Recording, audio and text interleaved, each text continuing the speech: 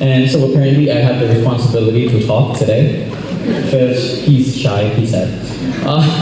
So yeah, the next piece we're playing is a romance, Opus 94 by Schumann.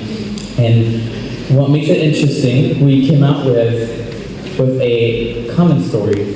We don't really believe that this particular piece is really a romance, because he composed this when he was in the asylum.